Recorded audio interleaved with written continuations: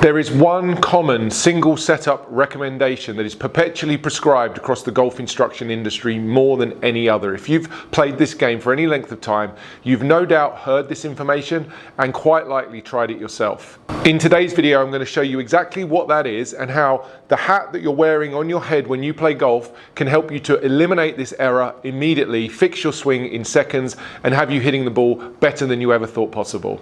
And that piece of advice is specifically about how you're supposed to set up to the golf ball with your back in a very straight, upright position. Also at the same time discussing how you should try to keep your chin up at setup, which in some way is supposed to help you turn your shoulder under your chin. And yet the empirical evidence would suggest that none of the great players have ever done that. I'm going to show you exactly what you should be doing with your head and your neck at setup, and how that's going to improve the tilting throughout your backswing, downswing, and follow through. Keeping your back or your spine excessively straight and keeping your eyes or your chin up encourages a turn which ends up being too level to the ground. And yet we know that the best golfers tilt their shoulders to the ground more throughout the backswing, the downswing, and into the follow through in order to encourage the right amount of tilting and to put your body into positions where making those movements becomes much easier to do. I'd strongly recommend that you put your chin down, almost tuck it into your chest. That goes against the idea that you're supposed to create this space here under your chin to turn your shoulder. What you really need to do is to tuck your chin in so that your eyes are looking more down at the ball out of your central vision. From the front view, when I do that correctly, you'll notice how the bill of my cap covers my face. And that's really the hidden hack that I'm describing in this video. If you film your swing from the front view and you wear a baseball cap, a visor, or any kind of headwear, you would want that cap, the bill of that headwear, to cover your face at setup, and then to continually keep your face covered throughout the entirety of the backswing, the downswing, and all the way into the follow through. Done correctly, that'll help to ensure that your eyes are looking down at the ball out of the central vision, and it will encourage the appropriate amount of tilting of the body both on the backswing, the downswing, and the follow through. It's incredible to me to think that any other type of posture was ever really prescribed as being beneficial, and yet what we see are golfers and instructors telling people to put clubs up their spine and to try to get their head, their neck, the top of their spine and the base of their spine to touch this club. This is not good information. Not only does it not really help your golf game, it puts your spine into a condition which makes it much more difficult to create the movements you need for a golf swing, and therefore makes you more susceptible to injury. A body-friendly swing is one that has a more rounded upper spine, and as I've already mentioned, a head and a neck that's tilted down so that your eyes are looking at the ball more from your central foveal vision. That's what the best players have done. That's what I would recommend you do. If you're filming yourself from the front view, I'd like you to have these 3 checkpoints to pay attention to. Checkpoint number 1 would be P1, position 1 setup. Make sure the head's down far enough that the bill of the cap is covering your face. I see so many people setting up to the ball like this where you could see their face, the lower half of their face, and in some instances their entire face from this front view at setup. That's already setting you up for failure. The more up your chin is, the more it encourages the shoulder turn to be too level to the ground. That causes issues with contact, it reduces your power potential, and it makes for a wide range of shot dispersion. So P1, checkpoint number 1, make sure your face is covered by the bill of your cap. And then at P4, which is the top of the backswing, we'd also want the same to be true. You see how you still can't see my face? I've turned my shoulder sufficiently because in reality this shoulder doesn't go under the chin.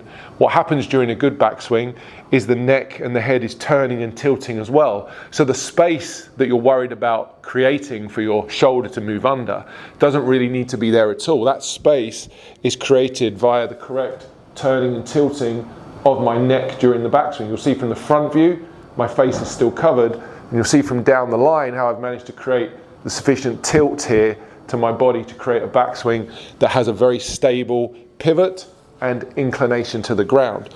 From the front view, you can't see my face, and you'd also notice that I've made a sufficient backswing. I've comfortably turned my shoulders through 90 degrees. That's without this chin up, which so many of you think you're supposed to do. So that's the second checkpoint. P1, you can't see my face. P4, you can't see my face still, top of the backswing.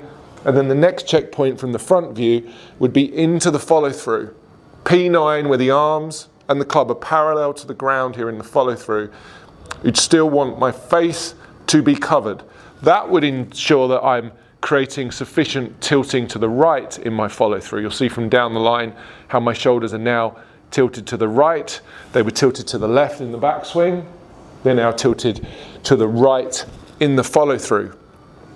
It's this checkpoint and this part of the swing where the shoulders would be tilted the most to the right, and in front view, by covering my face, it ensures that I have that sufficient tilt in place. For many of you, as you reach the ball and you're going into the follow through, you start to see this shoulder coming up.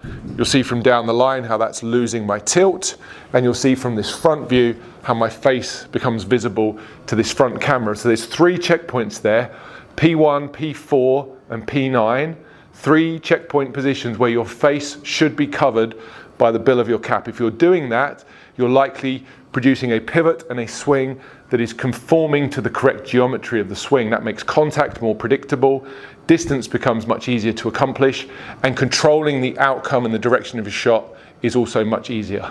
So take your normal setup, look down at the ball, and then feel like you just tuck your chin into your chest, almost like you're trying to create a double chin. Not something I would usually want to do, but it's a nice feeling to just tuck your chin in towards your chest and your eyes looking more down at the golf ball. And try to feel like you maintain that sensation throughout the entire swing. That's going to help you to tilt to the ground more appropriately and improve the overall geometry of your swing.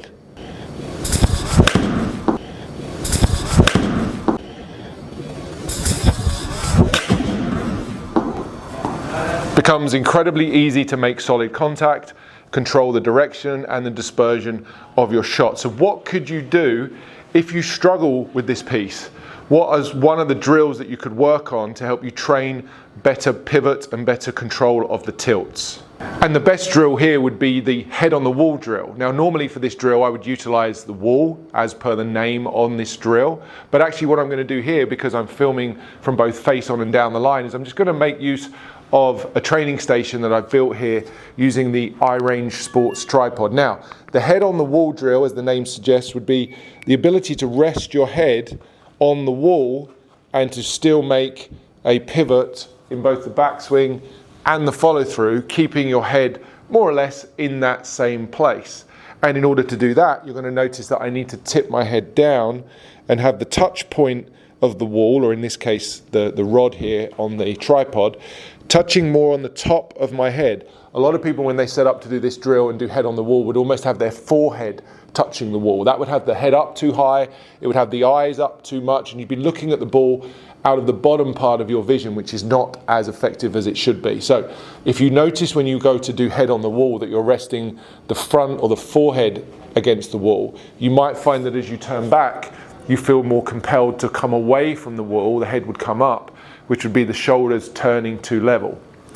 Conversely, what we want to do, tuck the chin in, have the top of the head more touching the wall, or in this case the rod, and then that's going to encourage me to look at the ball out of my central vision, tilt my shoulders more in both the backswing and the through swing, which is keeping that touch point somewhat consistent. This is a great drill to train better geometry in your swing. A more consistent swing path will result if you're able to conform to the head on the wall drill. You look at a lot of great swings, they may all look slightly different, but one thing they all have in common is that ability to maintain this inclination to the ground as they swing.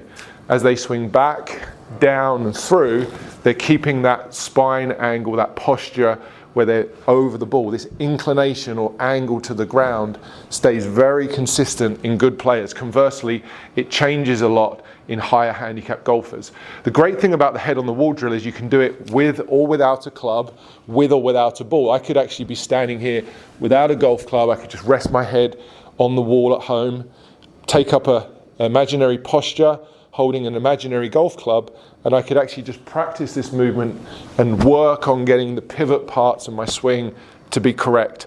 Just a final point on this drill, as you move into the follow through, the final point at which your head should be touching the wall would be at that full P9 extended position. So from the front view, when the arms are parallel to the ground, that is the last point at which your head should still touch the stick or should still touch the wall. After that point, you will begin to come out of the tilt slightly and the head would raise up away from the wall or away from the station. Just worth mentioning, if you try to stay in those tilts for too long, you can end up putting unnecessary pressure on your back.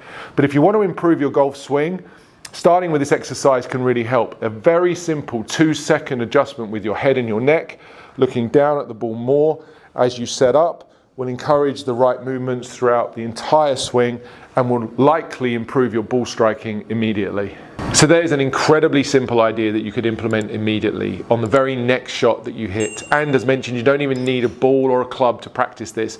You could do this in the comfort of your own home. Simply stand up, tuck your chin in, rest your head on the wall, and start practicing this movement that's going to have long-lasting positive impact on your golf swing. If you'd like more information about the iRange Sports tripod that I used in today's video to build that practice station, I'll pop a link down in the description. You can learn more about the product and get a discount if you choose to purchase one.